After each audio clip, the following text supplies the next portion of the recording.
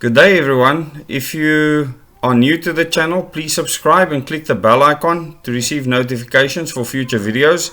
As many of you might know, I'm on tour, so I'm at a guest house right now. If you hear kids in the background, there's many people around here, so as I cover this news article now, there might be dogs, kids and all sorts in the background.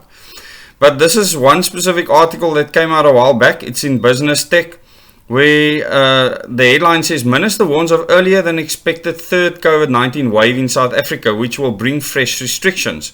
And in many of my meetings now I've said, based on this news that broke earlier, this is from the 3rd of March, so this is a long time ago, that especially religious holidays have been under attack when government wants to bring restrictions. So they wanted to warn the people earlier and prepare them mentally that come this Easter season, there will be more lockdown restrictions. And I quickly want to go through this article just so that you can see the mentality of this minister speaking. And he says here, while the rollout of COVID-19 vaccines continues across the world, bringing new hope, the tourism sector will still have to operate alongside the virus with the threat of a third wave on the horizon, says Tourism Minister Mmamoloko Kubayangubani. Scientists are telling us the virus, I'm not sure if it's a male or a female, so sorry if I got that wrong. Scientists are telling us the virus has a high likelihood of further mutations. No new news there, whose effects are unpredictable, placing the economic recovery efforts in serious risk, Kubayangubani said. However, Kubayangubani said scientists are expressing concerns that a third wave of COVID-19 infections may hit South Africa earlier than expected. In other words, this wave that was supposed to hit us over December, it came and went almost instantly. You know, when they decided, okay, they've ruined the holiday, they've ruined the garden route, they've closed off many of the beaches, some of them even with fences, ruined the tourism industry. Now all of a sudden it's all fine and everything can go back to level 1 lockdown. And now all of a sudden another holiday approaches and now they want to say, oh shucks, we now need to come up with a threat early enough to say it might hit us earlier than expected. How about during Easter? Let me continue.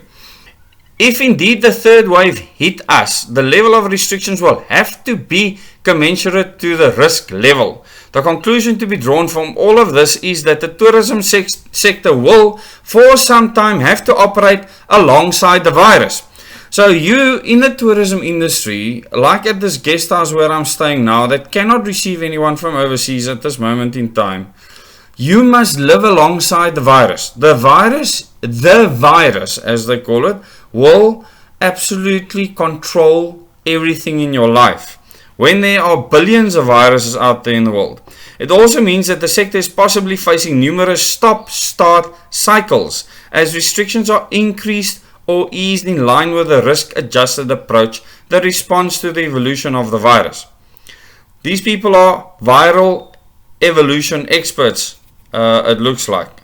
This is Kubayangubani that said this. The minister was speaking during a webinar organized by Government Communications on Wednesday. Kubayangubani said the stop-start cycles will continue to affect traveller confidence and place jobs and the survival of tourism firms at risk, because she believes that government has a right to protect your life, to decide how it's to be done and to ruin your livelihood in the process, because they have a right to make that decision for you. They will further make the recovery highly uncertain. This means that flexibility as well as adaptability of firms across the value chain will be critical in responding to the stop-start cycles. You must now adapt to this, not them. They are getting their fat salaries. They are making these ridiculous decisions, but you must adapt, not them. The recently published quarterly labour force survey for the 4th quarter of 2020 showed that South Africa's unemployment rate increased to 32.5%. This is 20 million people out of a population of 60 million that don't have work, or the adults in that portion of the population don't have work, and that will be a good 15 million people. Kubayangubani said by July last year, 30% of restaurants could no longer reopen and the sector was facing a risk of losing close to 600,000 jobs. I can tell you on my tour the amount of restaurants that are on their last tether right now. We started easing the restrictions by August so that there was an impressive surge in economic activity in the third quarter, Kubayi Ngubane said. She said manufacturing, trade and mining were the biggest drivers of growth in the third quarter. One of the subsectors that performed well during this period was food and beverages. Well, people have to eat, and obviously they are drowning their sorrows by consuming alcohol. Spending on the restaurants and hotels recorded a huge surge. However, it was an impressive growth in a sector that was coming out of a very low base. Well, people just want to, for their sanity, go and do something different for a change. What is evident is that the economy was on the road to recovery and we were starting to see green shoots in most sectors of the economy. There's no point talking about the good that started happening according to them and then all of a sudden you ruin it yourself. Kubayi Ngubane said scientists informed government about the new strain in mid-December and that it was spreading fast. Well, as we now know, this new strain is in over 50 countries around the world, so it's not just South African as I said originally. Now, there's no news with regards to that for me here. Up until the advent of the 501Y.V2 variant, we had not envisaged that the virus could mutate in a way that can confound the effectiveness of vaccines that are already in the market, the minister said. So what the minister is saying here is that it could actually confound the effectiveness of the vaccines. But they have said since then that this is not the case. Kubayi Ngubane said by rendering the AstraZeneca vaccine ineffective, the new strain added further uncertainty to the efforts to contain the spread of the pandemic. Now, I don't want to carry on with all of the rest of the waffle here, but I want to get to the last section where it says genetic surveillance. Also taking part in the webinar, Dr. Mboneni Moefe from the Department of Science and Innovation said without genomic surveillance, responses to COVID-19 or any pandemic are synonymous to flying blind. Surveillance enables effective development and vaccination strategy. It enables a tracking of transmission dynamics locally, provincially, nationally and internationally, Dr. Moefe said. Dr. Moefe said genomic surveillance is a critical component of the epidemic. He doesn't call it a pandemic. Epidemic response exemplified by early detection, characterization and tracking of this new 501Y.V2 variant within and outside South Africa. Moefe said there is a need for development of vaccines and improvement be the order of the day.